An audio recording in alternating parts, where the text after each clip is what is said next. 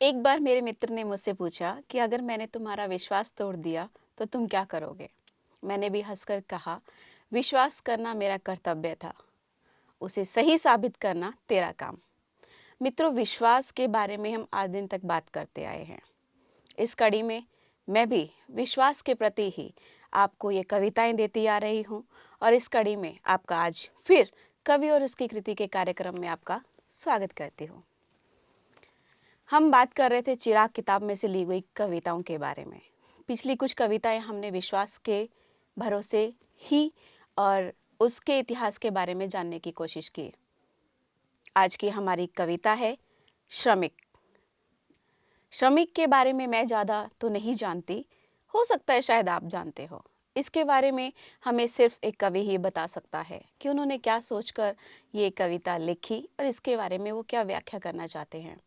आइए आज फिर पठानकोट से पधारे हुए हमारे इस कार्यक्रम में यशपाल शर्मा जी, उनका मैं आपका आप उनका स्वागत करेंगे।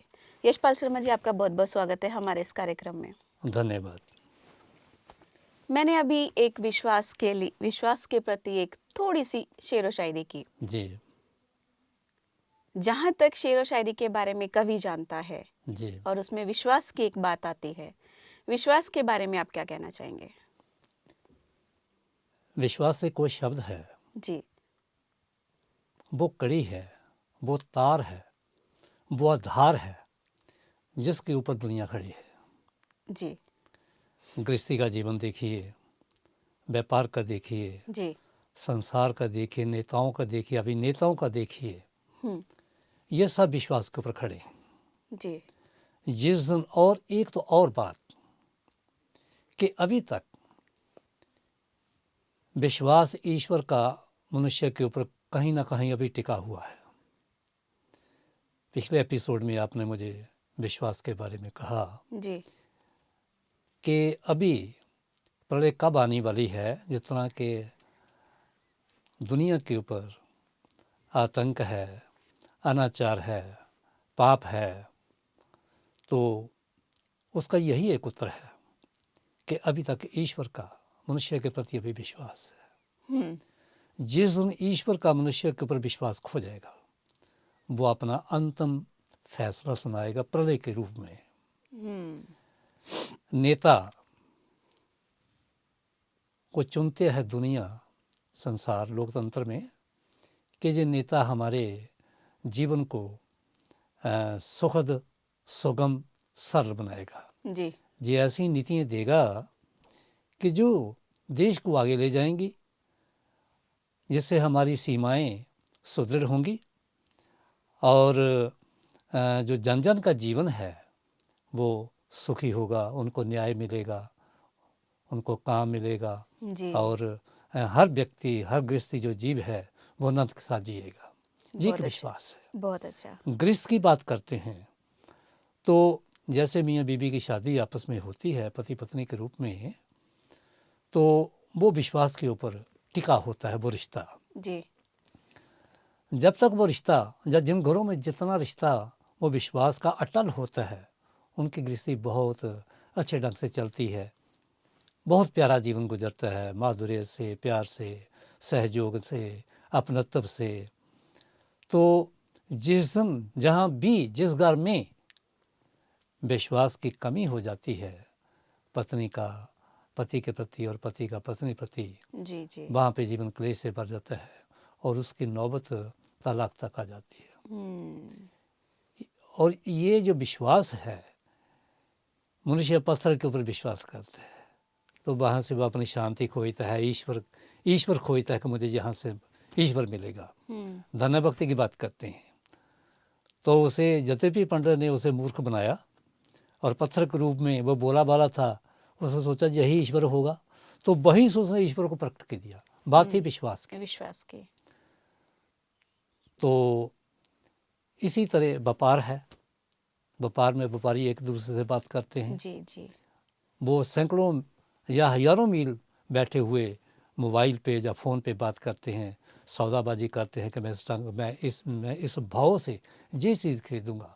तो एक विश्वास के साथ वो माल बेचता है और जब माल आता है तो ये दूसरा व्यापारी है वो उसके पैसे बेचता है। ये विश्वास है। इसी तरह संसार में जितने हमारे संबंध हैं दूसरे देशों से, अमेरिका है, चाइना है, पाकिस्तान है, जी इज़राइल है, जितने भी, तो उनमें एक विश्वास के साथ संधियाँ की जाती हैं, समझौते किए जाते हैं और उन समझौतों का अक्सर पालन किया जाता है। लोग नेताओं के ऊपर विश्वास करते हैं और नेता उन्हें क्या देते हैं ये बात की बात है। कुछ उनके वायदे जी। पूरे होते हैं और टूट कुछ जाते हैं। नहीं होते, और उससे जो हमारे जन जन है, लोग हैं, वो किए हुए घोषणा पत्र में वादे जब पूरे नहीं होते वो निराश होते हैं और अगली बार उनको बदल देते हैं। यही लोकतंत्र की शक्ति है। यही लोकतंत्र की शक्ति है। बहुत अच्छा। ये तो एक छोटा सा टॉपिक था कि विश्वास बहुत बड़ी चीज है मित्रों। आइए कविता की कुछ पंक्तियां इस प्रकार है। श्रम बिंदु श्रृंगार श्रमिक, साक्षात हो श्रम भगवान, मेले चिथड़े वस्त्र तन पर युगो है तेरा यह परिधान। तू कर्म साधन तल्लीन, नंगे सिर और नंगे पांव, भूखे प्यासे लक्षणगामी, सर्दी गर्मी एक समान, जीवन में अभावग्रस्त, तू प्रताड़ित युगों इंसान, कर्म सेवा में अंतिम क्षण, देह से त्यागे अपने प्राण, पत्थरों पर हथौड़ा चलाए, सड़कों बिछाए तार कोल, चली मोटरें रेल श्रम तेरे, तूने लगाया जीवन अनमोल, दुर्गम चोटियों से जूझकर रेल सड़क पे जाल बिछाए, बात जो थी कल सपनों की नर नारी है वहां पहुंचाए, डैम पुलों और नहरों को श्रम देव ने हाथ जमाया, मौत के साए में तू रहकर संभव करके सब दिखलाया, आहुति लगी कई जीवों की, करने लगा सुरंगे तैयार, लक्ष्मी रूप में बिजली आई, बहती खेतों में पानी की धार, गहरे भू निधि खनिज निकाले, डाल तू जोखिम में निज प्राण, तुझसा कर्मठ होगा कौन। किसकी बात चल रही है ये हमें अभी पता नहीं है, लेकिन मैं आपके ऊपर एक क्वेश्चन छोड़ रही हूँ। तुझसा कर्मठ होगा कौन, तू त्यागी बैरागी जान महान, ओ मशीन मिलों के साथी, धनवानों की मीठी आस, तेरे कर में कुबेर देव, तुझ भिन्न ना हो फटके पास। आपने यहाँ पे एक क्वेश्चन दिया, तुझसा कर्मठ होगा कौन, श्रमिक चीज है क्या? एक मजदूर की बात कर रहा हूँ मैं जी। जैसे हिंदी का शब्द है श्रमिक, इससे आप मजदूर कह लीजिए, लेबरर कह लीजिए, दिहाड़ीदार कह लीजिए, जी। ये एक श्रमिक है। मतलब एक मजदूरों की बात कर रहे हैं, मजदूरों की बात मैं कर रहा हूँ, चाहे वो कोई सा कैसा भी हो, खेतों वाला हो, किसान वाला हो, उसकी जो प्रकृति है अलग अलग हो सकती है, किंतु है वो मजदूर ही, है वो लेबरर ही। ये लेबर से ही सारा कुछ बनता है। सड़कों के ऊपर मजदूर काम करता है जी, उसके साथ उसकी पत्नियां होती हैं जी। तो कभी आपने देखा होगा, मैं तो एक किसान का बेटा हूँ, मुझे तो खेतों में अपने बाप के साथ कभी कसी का काम, कभी हल का काम, कभी सुहागे का काम, तो कभी दातरी का काम, कभी खुरपे का काम मैंने सारा किया है। तो उस समय हमारे वस्त्र कैसे होते हैं, उस समय हमारा जो पूरा जिस्म होता है जी, वो सारा पसीने से भरा होता है, चाहे गर्मी है चाहे सर्दी है। वो काम करना, अगर काम करेंगे तो हमें भोजन मिलेगा, हम अपनी ज़रूरतें पूरी करेंगे, पैसा आएगा, कहाँ से आएगा? जी जी जी जी। तो मजदूर जो है, दिहाड़ीदार है, वो सुबह जाता है, उसके हाथ में एक डब्बा होता है, सब्जी के लिए पैसे नहीं हैं, कुछ रोटियां हैं रूखी सूखी, बीच में एक प्याज है और साथ में अचार है और एक हरी मिर्च है जो आज उसने अपने पिछवाड़े में एक बूटे में लगाया था, जो मिर्चें 2-3 तोड़ करके वो रख ले। ये किसान की बात है, ये एक मजदूर की मैं बात मजदूर है। की बात कर रहा हूँ। अच्छा अच्छा।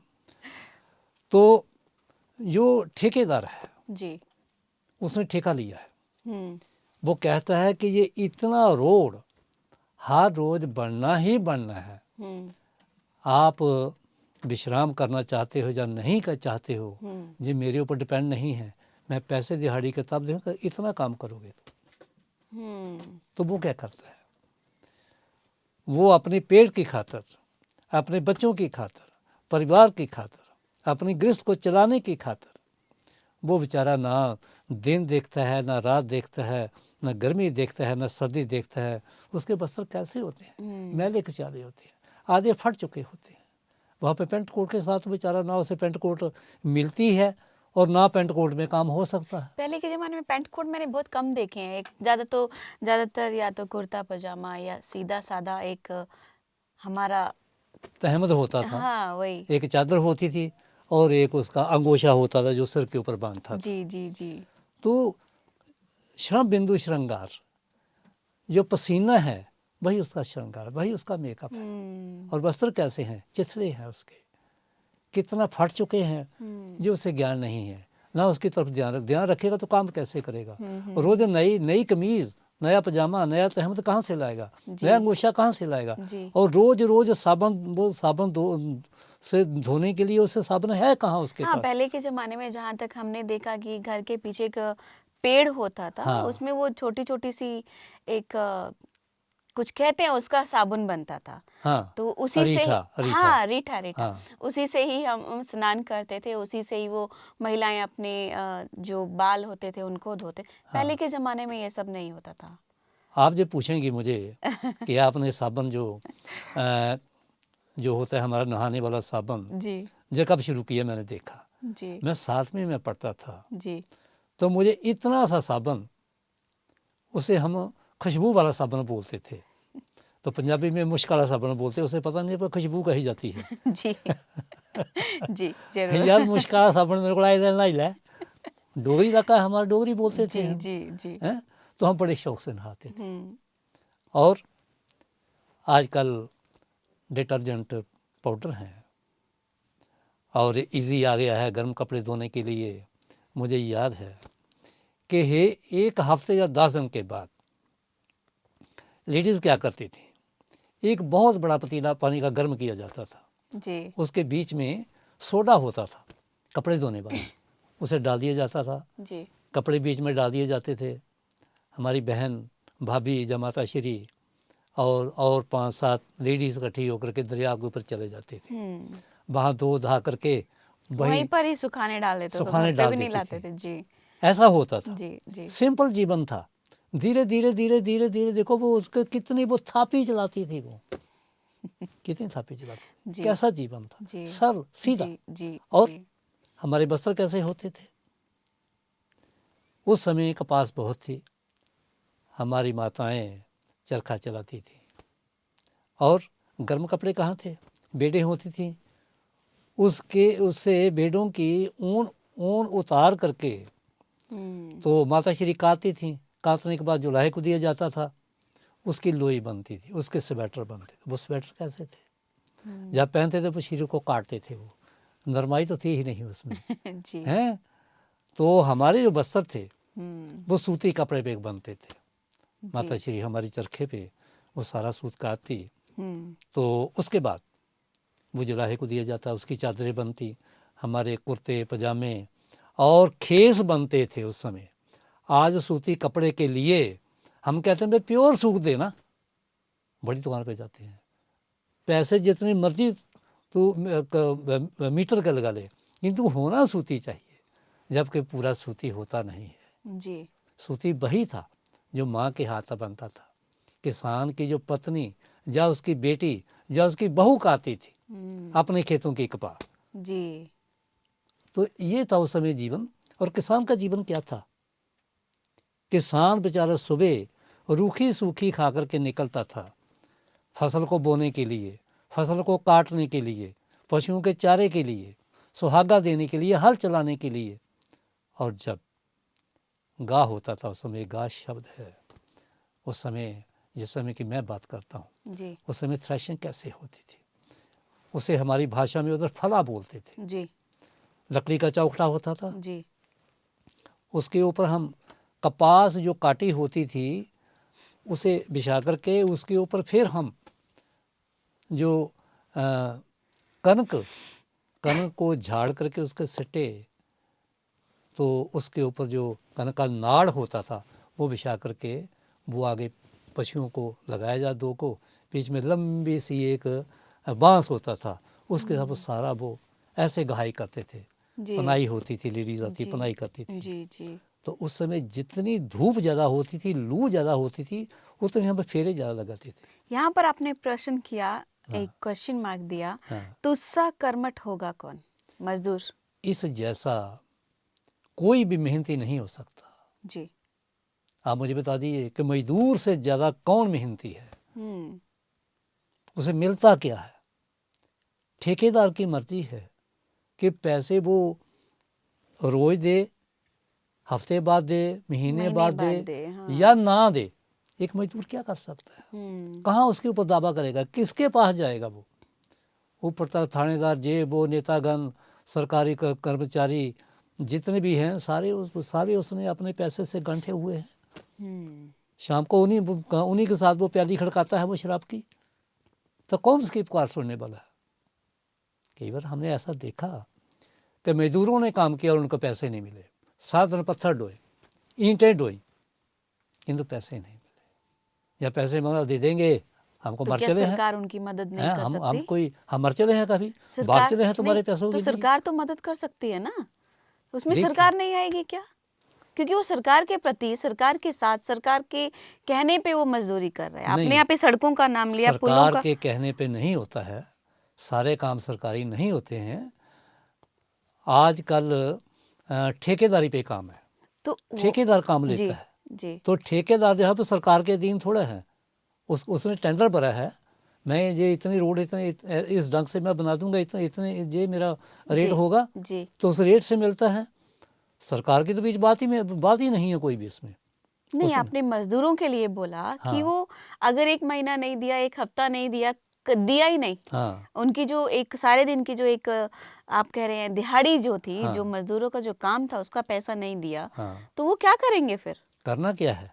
जो है अभावग्रस्त, मैंने लिखा है इसमें, अभावग्रस्त है वो हर तरह से प्रताड़ित हो रहा है। गर्मी सर्दियों से वो अलग प्रताड़ित कर रही है, जी। मौसम से वो जूझ रहा है, अपने अभावों से जूझ रहा है, आर्थिक तंगी से जूझ रहा है, पेट से जूझ रहा है, और बच्चों की ज़रूरतें जो हैं वो पूरी नहीं हो पा रही हैं। तो मैंने ऐसा भी देखा, मजदूरी कईयों को मिली, कईयों को नहीं मिली, कईयों को आधी मिली, कईयों को मिली ही नहीं। अगला कहता है अगर मैं इसी से टांगा डालता तो मुझे अगला को काम नहीं देगा कि ये जो है जी मैंने दे दिए हैं। क्या वो प्रूफ है वहाँ पे कि हाँ जी इसे पैसे दे दिए हैं? जी, जी, ये तो विश्वास की बात है। बात फिर विश्वास पे आ रही है जी। कि मजदूर विश्वास के साथ जाता है कि मुझे दिहाड़ी मिलेगी, मैं पैसे कमाऊंगा, बच्चों के लिए आटा लाऊंगा, तेल लाऊंगा, जब कुछ ऐसा लाऊंगा, मैं अपने गृहस्थी के लिए बच्चों की फीस दूंगा, बच्चों के कपड़े सिलाऊंगा, शादी आ रही है, बहन की शादी है, माँ बीमार है, बाप बीमार है, जब बाप की चौपरसी आ रही है, वो उसकी जो 1 साल में होती है वो आ रही है, तो उसके दिमाग के ऊपर, सिर के ऊपर लाखों चिंताएं हैं। मानवता कहीं है तो कहीं नहीं है। सब मानवता की राह पे चलें, ये कोई ज़रूरी नहीं है। अगर मानवता की राह सबके लिए हो, जब मजदूर के दर्द को समझने वाला हो, तो फिर तो धरती है ही स्वर्ग।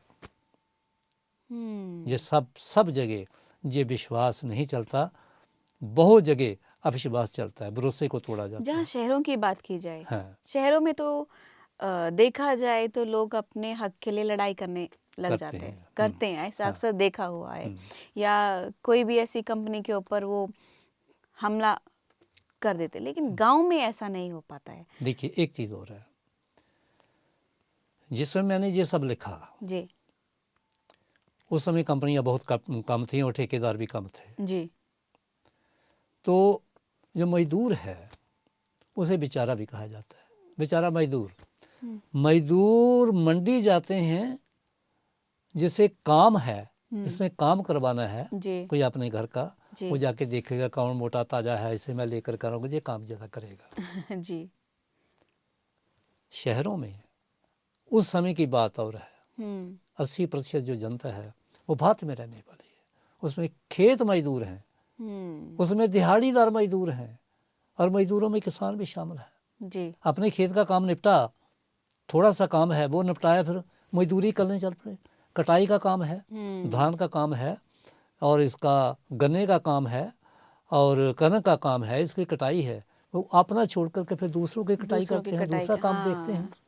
जी जी जी। और मुंशी प्रेमचंद ने गोदान लिखा, तो गोदाम में उस समय पास में कुछ शहर है, वहाँ पे मजदूरी करने के लिए लोग जाते हैं। आज भी यही है, गांव में काम, सारा साल गांव में काम नहीं है। यद्यपि आजकल सरकार ने 160 दिन का बना दिया है कि 160 दिन का उनको काम मिलेगा ही मिलेगा जी। तो खेतों का वो कुछ ना कुछ उनको काम 160 दिन की तो गारंटी उनके पास है होती कि है। जो मजदूर, ये आजकल हुआ है, ये हो रहा है।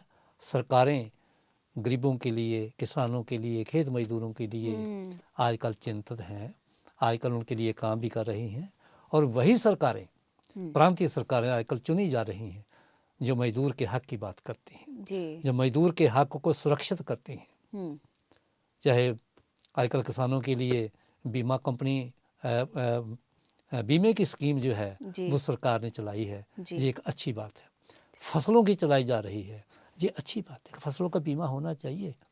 एक किसान ने इतने पैसे लगाए हैं, बारिश होती है जी, सारी बर्बाद हो जाती है, ओले पड़ते हैं, आंधी आती है, तूफान आती है, जब बारिश इतने दिन लगी रहती है, कटी हुई फसल है वो सारी की सारी मिट्टी में मिल जाती है, तो उसे पैसा कहाँ से भरा, वो तो मर जाएगा बेचारा।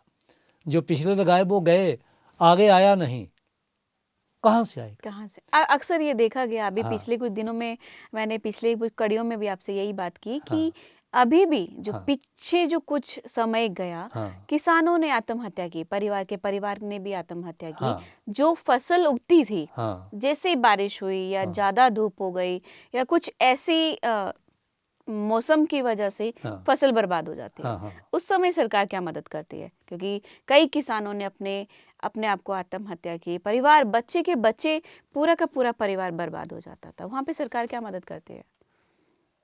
मैं ऐसा मानता हूँ कि जैसे अभी बात चल रही है किसान के मजदूर की बात चल रही है जी, तो किसान आत्महत्या क्यों करता है, इसके कई कारण है। सरकार कारण खोज रही है, इसका एक कारण नहीं है।